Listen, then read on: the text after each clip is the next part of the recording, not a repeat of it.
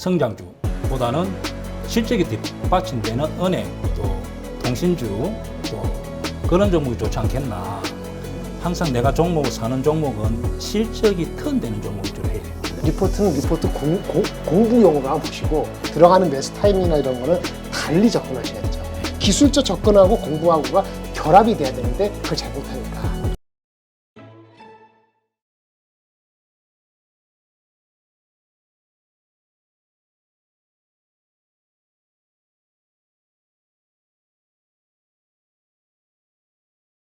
우리 월요일이니까 어떻게 이번 주 그 상승 예상 종목들에 대한 공부하는 걸로 넘어갈까요? 뭘 준비해 오셨나요? 준비한 건 없고 그냥 그래요? 없어요? 적극적으로 하려는데 없으면 그냥 여기서 마무리하죠. 종목은 제가 항상 주말 되면은 네. 이렇게 종목을 뽑아놓고 있는데 한번 볼까요? 네. 제가 저번에 라이브 하고 할 때 몇 번 하반기 때 상반기 때 많이 올랐던 AI 로봇 또 2차 전지는 매수하면 안 된다.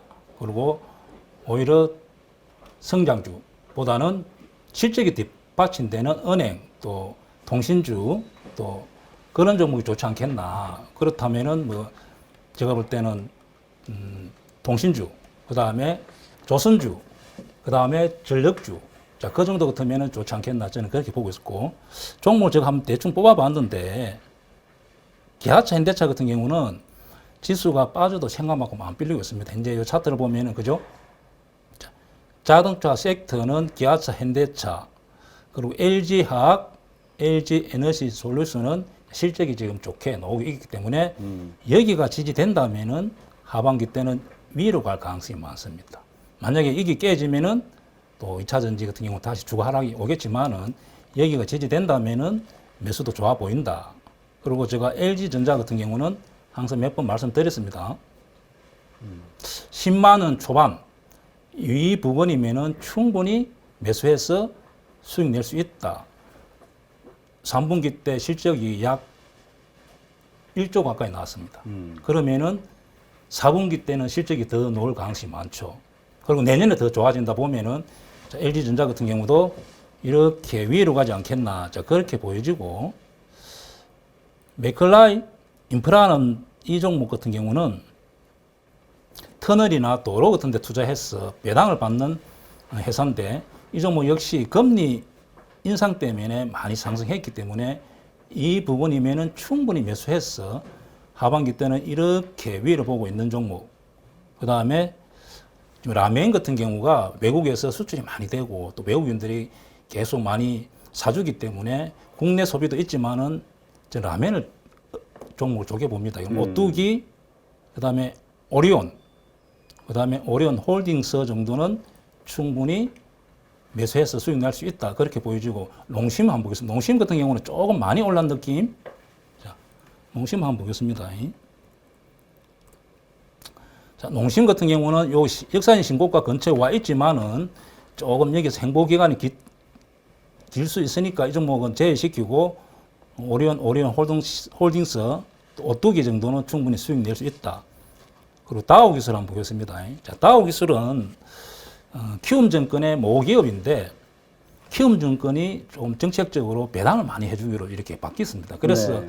이 회사 같은 경우는 실적이 굉장히 좋기 때문에 공부해볼 가치가 있다 이렇게 보여지고, 자, 메가 스터디 교육, 자, 이 종목은 제가 몇 번 말씀드린 경우입니다. 클럽 문항 또 이런 이수로 하락하고 그다음에 세무조사 하락 때문에 하락하고 최근에 또 수능 또 시험이 내신이 5등급 10등급에서 4등 5등급으로 바뀌고 또 의대 정원 뭐 이런 이수가 있기 때문에 제가 볼 때는 약간 눌러준다면은 좋지 않겠나.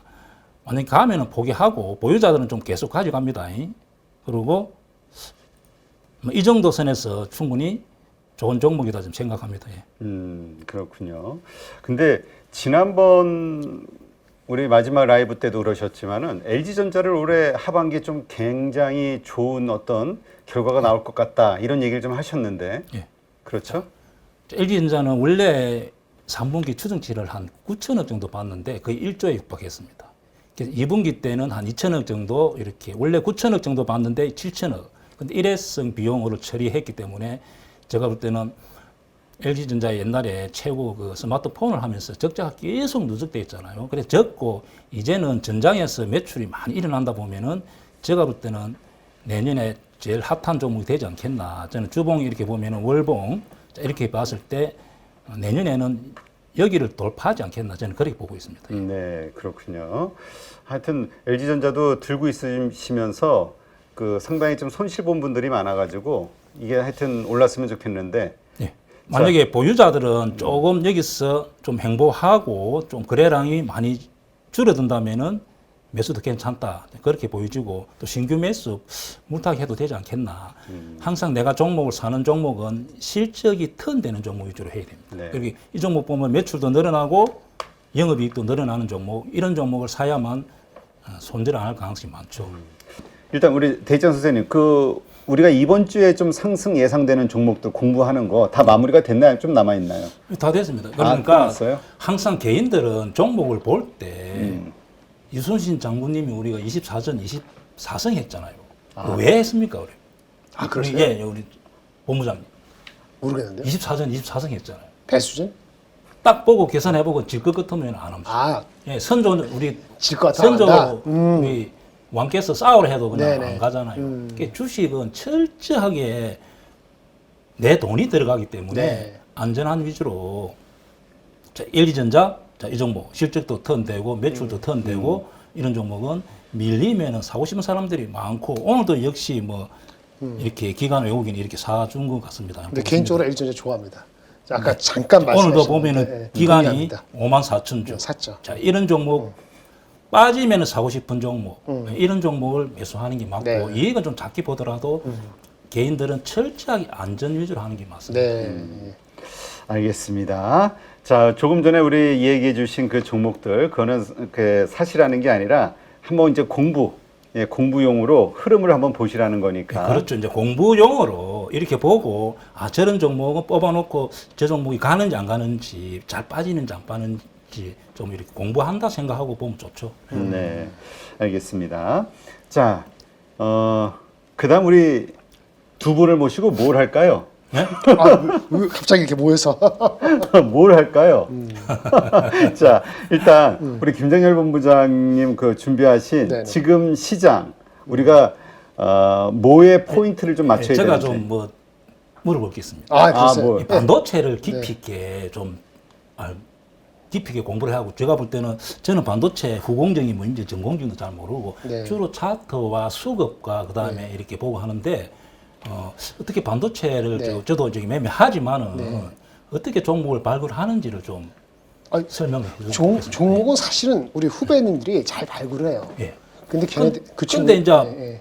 종목 언론에서 이렇게 노출되고 나면 네네네네. 많이 올라와 있거든요. 네, 그렇죠. 그 저도 사보면은 이렇게 짱돌 맞아가고 손실한 적이 한두 번이 아닌데 그럼 어떻게 해야 되는지 이제 종목 한 100개 정도 이렇게 적어 있는데 그러니까 네, 일단은 저기 애널리스트가 리포트 썼을 때 리포트를 보는데 이미 아시다시피 리포트가 나오는 순간에 주가가 많이 올라가 있지 않습니까? 네. 그러면 리포트는 리포트 공부용으로 한번 보시고 들어가는 매수 타이밍이나 이런 거는 달리 접근하셔야 되죠.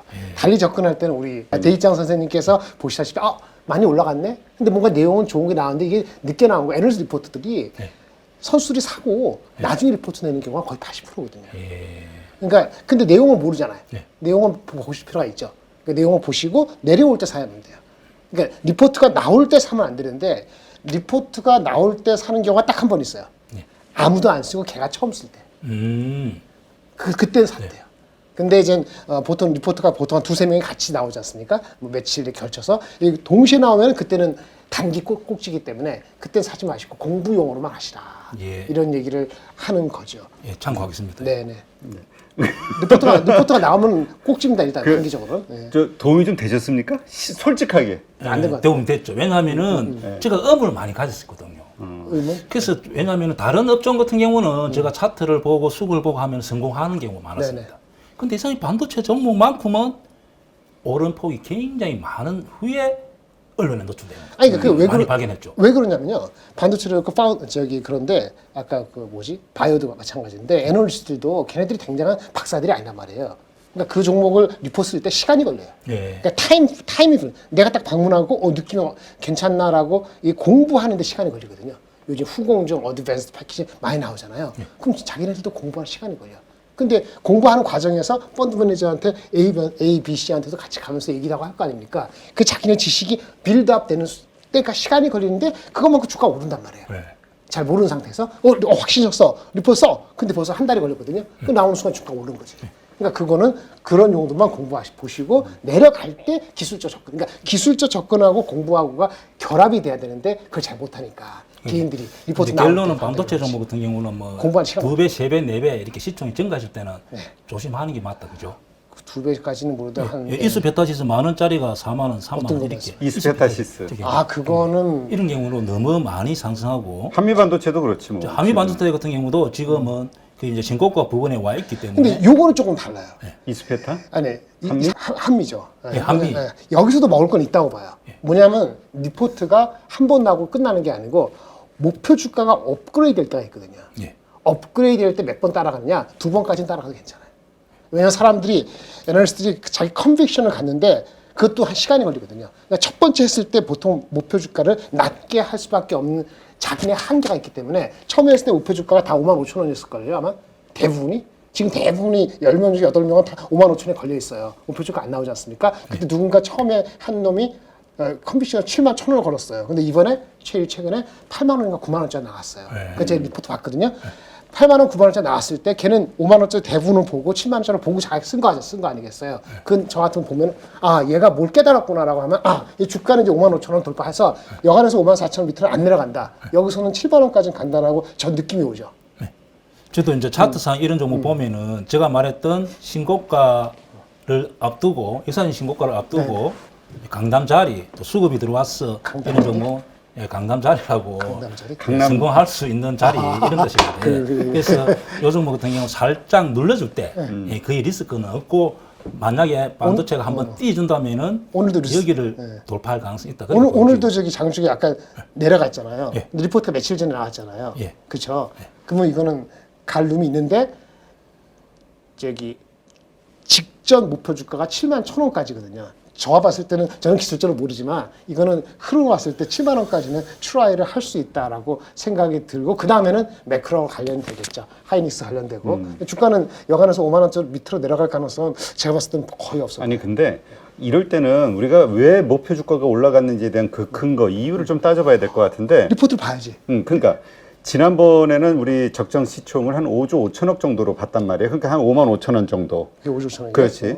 그런데 이제 지금 뭐 7만 원까지도 올라왔다. 9만 원도 나왔어. 9만 원도 나왔다. 그러면 그때보다 매출이 그만큼 뭐 더블 만큼 아니면 50% 60%만큼 증가할 이유가 생긴 것인지 아니면 어떤 이유로 왜 그렇게 그러니까 올렸는지. 이게 문제는 이 방송에서 애널리스트가 나와서 설명드리는 게 아니잖아요. 저도 애널 출신이면 저도 설명하려는데 방송 시간이 제한적이니까 그걸 다 설명할 시간이 없는 거야. 그 시간을 주면 다 설명드리지. 근데 목표 주가 올라갈 때는 두 가지인데 뭐냐면은 지금 10월달 됐잖아요. 10월달 됐잖아요. 처음 했을 때 5월달이잖아요. 그래서 5개월이 걸렸죠. 그럼 지금 시점에서 내년도 전망에 대해서 이제 확신이나 아니면 믿음이 올라가면은 밸류에이션 멀티플을 내년이나 내년 말 정도로 미뤄져요. 그러면 이익에 대한 기대치가 더 높아질 거 아니에요. 그러니까 저절로 목표 주가가 올라가는 경우가 하나 있고 또 하나는 이건 정확히 모르지만 신제품을 개발한다는데 신제품을 개발하는 것이 딴 애널리스트 리포트 썼는데 자기가 봤을 때 두 번째 쓴 애가 신제품이 개발이 연말에 돼서 내년 될 확률이 내가 봤을 때는 그 베팅이 될 것 같아. 그럼 거기 힘을 줘가지고 두 번째, 세 번째 쓰는 애가 목표 주가를 치고 나갈 수 있거든요. 그 내용을 보면서 얘가 그럴싸하네 말이 되네. 그러면 그거 보고 따라가면 돼요. 그랬을 때 9만 원 애가 했을 때 얘가 9만 7천 원에서 9만 4천 원 했으니까 그거의 80%는 자기네들 세이프 마진을 부르고 이제 들어가는 거기 때문에 9만 원대면 89, 70이 하니까 7만 원대까지는 갈 수 있다고 보고 그 다음에는 플러스다 보고 하는 거지. 그래서 시기열을 늦추느냐, 시기열을 내가 미래를 더 볼 수 있는 컨비션이 생기냐, 뭐가 신규 제품을 개발한다 그랬는데 거기에 대한 자기가 최근에 회사하고 얘기해 보니까 컨비션을 셨다는 게 이렇게 두 가지가 결합되면 목표 밸류에이션 높이죠. 모든 애널리스트들이 그걸 업데이트하는 게 아니니까. 그리고 제가 또 궁금한 것이 그렇게 리포트를 냈습니다. 그러면 이 종목이 시총이 한 5조 가까이 되면은 제가 볼 때는 실적에 비해서 좀 이렇게 보면은 이 이제 재무제표를 한번 보면은 실적은 올해 한번 보겠습니다. 추정치가 자, 올해 추정치가 매출이 1,600억. 근데 당기 순이익이 1,900억. 지금 현재는 좋게 나와 있습니다. 그런데 이렇게 현재 그래도 시총이 좀 고평가되어 있다 봐야 되거든요. 그러면 이런 리포트가 나왔을 때 과연 펀드 매니저들이 사는지 아니면 자문사에서 사는지 개인들이 사는지 좀 궁금해요. 펀드 매니저 사고 있죠. 네. 이건 좋아하니까. 최근에 엊그저께 나온 거는 ETF 있잖아요. 네. 그 HBM 관련 ETF가 나왔다고 하더라고요. HBM 그 삼성전자 하이닉스하고 한미반도체. 한미반도체와 똑같이 그 똑같은 비율로 세 종목을. 세개 종목. 그게 25%가 차지한다. 그런 것 때문에도 영향을 받는 건 해요. 아, 이제 거기 펀드에 네, 돈이 네, 들어오면 네, 계속 편입. 그렇죠. 한다고 얼마 전에 한올바이오파마 많이 올라갔죠. 그 주식이 올라가게 된 이유가 두 가지인데요. 9월 달에 뭐가 나올 게 있었거든요. 네. 그게 나와서 그렇고 첫 번째 펀더멘털 나왔어요. 근데 그 전에 8월 달에 ETF가 나왔어요. ETF가 삼성 증권에서 8월 초에 나오고 8월 중순인가가 어디서 나왔더라? 저기 저기 큰데 타임폴리오 큰 헤지펀드에서 그게 수급이 됐거든요. 수급과 그다음에 애널리스트가 미는 타이밍이 9월을 바라보면서 8월 달에 밀었거든요. 예. 그런 주가는 가는 거죠. 그런 주가는 한올바이오파마는 넘버도 나오고 모멘텀도 있고 저기 이게 자 오니까 올라가는 거란 말이에요. 근데 이런 주식 같은 거 한미반도체는 아까 한미반도체는 실적이 올해 기준으로는 말이 안 좋잖아요. 네. 그렇죠. 근데 올해 실적을 보는 게 아니고 올해 하반기하고 내년도에 하이닉스가 HBM에서 계속 투자를 한다는 거에 대한 기대 심리가 언제 5월 달에 들어가기 시작한 거예요. 하여튼간에 그 팡팡 툭 틀 때 그때가 HBM에 대해서 하이닉스가 같이 간다는 걸 사람들이 첫 번째 들었을 때 5월 달 튄 거거든요. 그 다음부터는 그게 확인되는 것이 하이닉스에 오니까 따라가는 거죠. 그래서 올해 실적이 전혀 중요하지가 않고 어느 순간부터 내년 실적으로 본 거거든요. 근데 아까 부담을 느끼신다 그랬잖아요. 부담을 느낀 게 당연해요. 저도 부담을 느꼈으니까 자세히 보기 전에. 그런데 요거 보시면은 이게 주가가 얼마일 때인지 잘 모르겠는데 9월 4일 날 주가가 얼마인지 모르겠네. 9월 4일 날 주가. 9월 4일 주가가 이게 리포트가 9월 4일 날 나왔기 때문에 9월 3일? 9월 4일이 58,200원. 그 직전에 9월 3일이면 57,000원. 58,500원. 그러니까 지금보다는 약간 높았잖아요. 비슷하게. 그 당시에 이게 밸류에이션이에요. 보시면 한미반도체가 여기 맨 끝에 좌측이거든요. 뭐 지금이랑 똑같네. 그러니까 지금다. 그러니까 지금 주가가 비싼 게 아니라고. 30배, 50배인데 어떻게 비교하냐? 비교할 때 옆에 있는 경쟁사, 글로벌 경쟁사, 배시, 요 파란 게 배시고, 그 다음에 요 밑에 있는 게 ASMPT거든요. 이런 회사가 비교를 하는 거예요. 예. 비교했는데 이렇게 보면 밸류가 뭐 우리가 높기도 하고 낮지는 않지만 높잖아요. 자, 저거는 우리나라 회사가 아니고 해외 회사. 똑같이 HBM까지 아까 무슨 어드밴스 패키징 한다는 회사가 배시라는 회사가 있거든요. 이거 보시면 얘네는 48배 되잖아요. 내년 기준으로 내려가지만 대충 비슷하잖아요. 우리는 31배, 50배. 그러니까 우리가 비슷한데 애널리스트가 7만 원 팔 때 이슈는 뭐냐면 우리가 프리미엄을 받아야 된다. 하이닉스가 한미반도체에 매달리고 있으니까 배시는 그게 아니고 여러 군데 나가고 있으니까 우리가 프리미엄 받아야 된다. 이걸 강조하는 거거든요. 그리고 저는 그래서 7만 원을 갈까 말까 했는데 저는 어떻게 봤냐면 7만 원 가는 거 이렇게 봤어요. 또 하나는 한미반도체가 하고 있는 건 여기 뭐 TCB 들어보셨죠? Thermal Compression Bonding. 그러니까 HBM 메모리를 후공정에 할 때 중요한 게 본딩, 이렇게 열을 이렇게 압착하는 게 필요한데 그게 넘버원이거든요. 하이닉스가 얘네한테 받고 있어요. 근데 그거는 어느 정도 알려 있어. 그런데 문제는 새로운 장비들을 개발한다고 나와 있는데 요거에 대한 사람들의 느낌이 아직 안 왔는데 요게 되면은 내년에 더 올라갈 수 있거든요. 그거에 대한 게 애널리스트 때 확인되면은 목표 주가를 이 아까 얘기한 이런 식으로 더 밸류에이션에서 그 할증. 얘네보다 더 낫다. 오늘 하이닉스 같이 가는 거니까. 근데 가장 큰 단점은 뭐죠? 하이닉스가 안 되면 꽝이잖아요. 그러니까 하이닉스하고 같이 간다? 근데 수급이 아까 ETF가 나왔다? 그러면 목표 주가를 좀 높여도 돼? 이렇게 되니까 주가가 더 올라가는 거다. 이렇게 볼 수 있는 거죠. 아니, 근데 또 이렇게 측면에서 볼 수도 있지 않을까? 우리가 그 외국 기업과 똑같은 PER을 적용받는다는 거는 우리 그 코리아 디스카운트 이걸 무시하는 거잖아. 우리는 기본적으로 낮게 봐야지. 맞아요. 코리아 디스크가 어떤 회사냐면은 한국을 대표하는 주식. 뭐예요? 삼성전자, LG화학, 하이닉스 이런 거. 아니면 한국전력 옛날에 잘 나갈 때 이런 거는 아니면 현대차 이런 건 엄청 디스카운트. 대한민국에 소속돼 있기 때문에 디스카운트인데 조그만 주식은 우리가 어텐션 받을 때는 성장하는 거거든. 그 성장에 어텐션 이제 주목이 돼서 외국인들 동감을 하면은 일단 비슷하게 갈 수 있어요. 알겠어요. 그래서 가는 거다. 안녕하세요. 8.15 모니터 가족 여러분, 임수열입니다. 이번에 하나증권과 8.15 모니톡이 함께 특별한 이벤트를 진행하는데요. 8.15 모니톡 가족분들이 하나증권 신규 계좌를 개설하시면 특별한 혜택을 받으실 수 있습니다. 첫 번째 혜택은요, 국내 주식을 살 수 있는 3만 원을 드립니다. 두 번째 혜택은 하나증권과 함께하는 8.15 머니쇼 초청 받으실 수 있는 초청권입니다. 8.15 머니쇼는 특별한 강사진들에 의해 진행되는 프리미엄 세미나로 매회 500분을 초대해서 진행할 예정입니다. 그 외에도 소수점 주식 혜택을 드릴 거고요. 하나증권 계좌를 처음 만드는 분이라면 누구나 신청 가능하십니다. 이제 혜택 받는 방법 알려드리죠. 영상 하단부 더보기란에 기재된 링크를 통해 신청하시면 됩니다. 반드시 더보기란 링크를 통해서 계좌를 개설해야 이 혜택을 받을 수 있으니 유의해 주시기 바랍니다. 하나증권과 8.15 머니톡이 함께 주식으로 하나 되다. 8.15 모니톡 가족 여러분의 많은 참여 부탁드립니다.